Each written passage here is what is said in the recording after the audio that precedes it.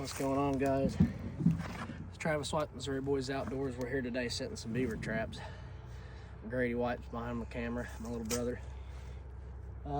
We just started recording on this third beaver trap here. We got one set over there. We got one set over there. I just figured I might show you guys how exactly we're gonna do the whole drown set here. So we use the beaver chewing sticks, hammered them in the ground, what, 3-4 foot, because we're in soft mud. So you take, I don't know, here, hold that, walk up the bank, please. You take roughly 10, easy, don't kink it. Roughly, keep going, I don't know, 10 to 14 foot of wire. All right, stop right there. Hold on tight. Let me get some of these kinks out.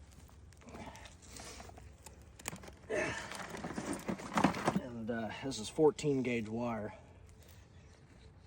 so the beavers can't break it off, because traps ain't cheap, if you don't know.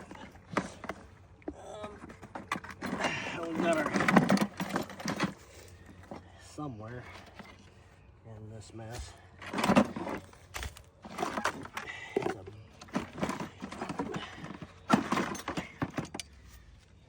big old dupe trap here with a stick wedged in it. I'm gonna get that out real quick.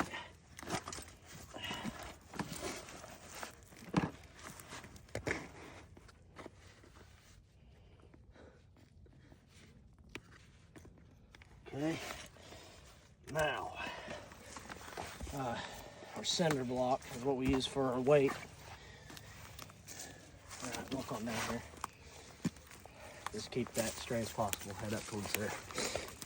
So I take this 14 gauge wire, run it through the cinder block, like so. Run it back up here to itself. A lot of guys use cables. I'm not going to use cable because they're a hassle in my opinion. I just go to CNC Farm and Home and get this 14 gauge spool of wire. Not real expensive. A lot cheaper than cable actually. And we do this a little bit different. A lot of people put different things on their cables and stuff to drown the beavers, so when they go down they can't come back up. So come over here and get a little bit closer for this. So what you do, a lot of people don't know, in your trap chain, there's a little hole in the end, and that is for wire. So you put it through like this at an angle, and what that does is we throw that cinder block out there in deep water. You take this and you wire it to your stake, whatever. Here I'm using, chewing sticks that I found from the beavers, and like long ones, and drove them in the mud real deep.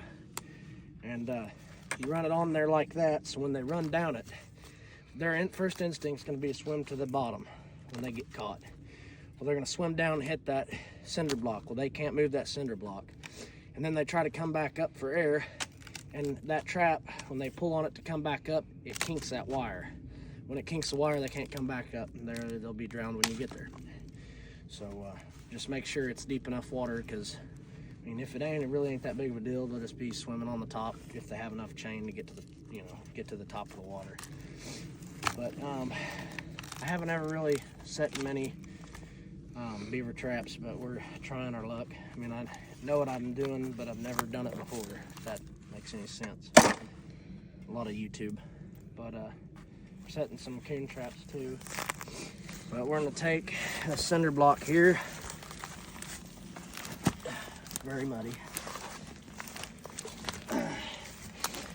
Definitely use at least hip waders. Grab onto that, Grady. Hang on to that. Cameraman's down. Cameraman is down. Okay, so just stay there and don't move, because I really don't want my phone blowing bubbles. Okay, so we'll take this out towards the deeper part here. Give her a good toss. That's not real deep. That ain't gonna work. Okay. That was about bad. Really, really muddy though. How much wire you guys? Is that the end of the wire? Yeah. Okay, well. My beaver's liable to be here in the morning waiting on me. Because we're setting a trap here because there's a lot of sun. Should have had a little bit longer lead here, but I really expect it to be. Well, you see how I'm standing, I guess, because the mud's 4 feet deep. But we're gonna, that ain't gonna drown them. But we're gonna give it our best shot. They still will go to the bottom of that and won't be able to come back up. So take this over here. Oh my God. Literally, Stand it's up. not my fault. You're covered in mud too. Okay, I need my trap. Where is it? Oh, I can't get up. Just shut the video off.